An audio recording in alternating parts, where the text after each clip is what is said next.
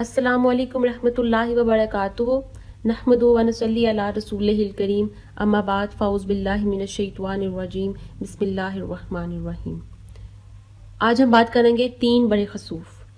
قیامت سے پہلے 3 مختلف جگہ پر خسف کے واقعات ہوں گے، ایک مشرق میں، دوسرا مغرب میں اور تیسرا جزیرۃ العرب میں۔ حضرت حذیفہ بن اسید غفاری رضی اللہ تعالیٰ عنہ کہتے ہیں کہ ہم لوگ باتیں کر رہے تھے کہ نبی اکرم صلی اللہ علیہ وآلہ وسلم تشریف لائے اور پوچھا تم لوگ کیا باتیں کر رہے تھے؟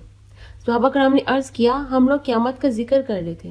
آپ صلی اللہ علیہ وآلہ وسلم نے ارشاد فرمایا قیامت اس وقت تک قائم نہیں ہوگی جب تک تم ان نشانیوں کو نہیں دیکھ لو گے۔ پھر آپ صلی اللہ علیہ وآلہ وسلم نے ان کا ذکر بھی فرمایا، جس میں نمبر 1 پہ دھواں، دوسرا دجال، تیسرا دابت الارض یعنی زمین کا جانور کا نکلنا، مغرب سے سورج کا طلوع ہونا، نمبر 5 پہ نزول حضرت عیسیٰ بن مریم علیہ السلام، نمبر 6 پہ یاجوج ماجوج کا نکلنا، نمبر 7 پہ مشرق میں خسف اور نمبر 8 میں مغرب میں خسف، نمبر 9 جزیرہ عروب میں خسف اور سب سے آخر میں یمن سے آگ کا نکلنا جو لوگوں کو محشر کی طرف ہانک کر لے جائے گی۔ جزیرۃ العرب کا خسف مدینہ منورہ کے قریب میدان بیدا میں ہوگا، مغرب کا خسف الغلبہ امریکہ میں اور مشرق کا خسف الغلبہ جاپان میں ہوگا۔ باقی غیب کا علم اللہ تعالیٰ کے پاس ہے، اللہ تعالیٰ بہتر جانتے ہیں۔ آگے اگر ہم بات کریں جو نشانیوں کا ذکر میں نے آپ کے ساتھ کیا کہ قیامت اس وقت قائم نہیں ہوگی جب تک ان نشانیوں کو نہ دیکھ لو، تو سب سے پہلے بات کریں دھوئیں کا نکلنا۔ قیامت سے پہلے آسمان سے دھواں ظاہر ہوگا جو سارے لوگوں کو اپنی لپیٹ میں لے لے گا۔ سورہ دخان آیت نمبر 11 سے 12 میں اگر دیکھا جائے کہا گیا ہے کہ پس انتظار کرو اس دن کا جب آسمان دھواں لیے ہوئے آئے گا اور وہ لوگوں پر چھا جائے گا، یہ ہے دردناک عذاب۔ دھوئیں کی علامت ظاہر ہونے کے بعد کسی کا ایمان یا نیک عمل یا توبہ اس کے کام نہیں آئے گی۔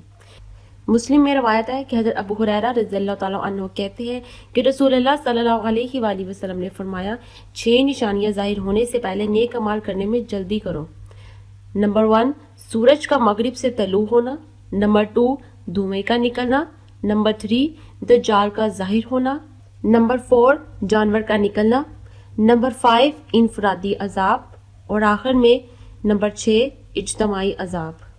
کہا جاتا ہے کہ یہ دھواں پوری زمین کو اپنی لپیٹ میں لے لے گا، مسلمانوں کو صرف گھٹن، نزلہ اور زکام کی تکلیف ہوگی جبکہ کفار اس سے بے ہوش ہو جائیں گے۔ آگے اگر بات کریں کہ زمین کے جانور کا نکلنا یعنی دابت الارض کا نکلنا، قیامت کے قریب ایک جانور زمین سے نکلے گا جو لوگوں سے باتیں کرے گا۔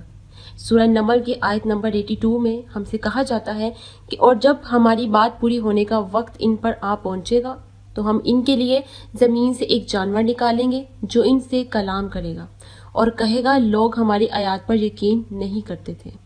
ابن ماجہ میں روایت ہے کہ قیامت سے پہلے چاش کے وقت زمین سے ایک عجیب و غریب جانور نکلے گا جسے دابت الارض کہا جائے گا۔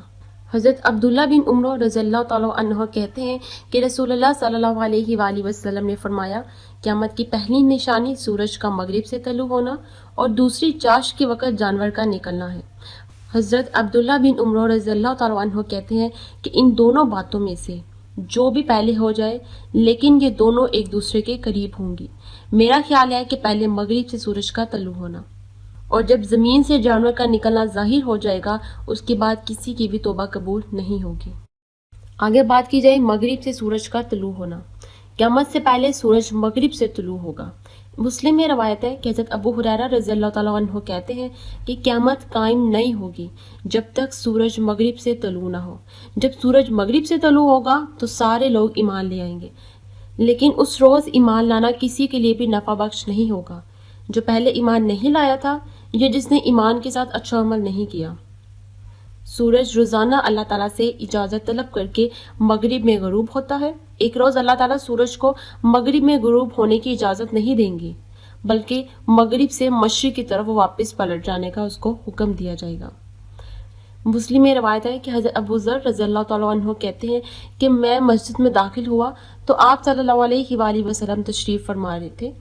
جب سورج غروب ہوا تو آپ صلی اللہ علیہ وآلہ وسلم نے ارشاد فرمایا ابو ذر کیا تجھے معلوم ہے یہ سورج کہاں جاتا ہے؟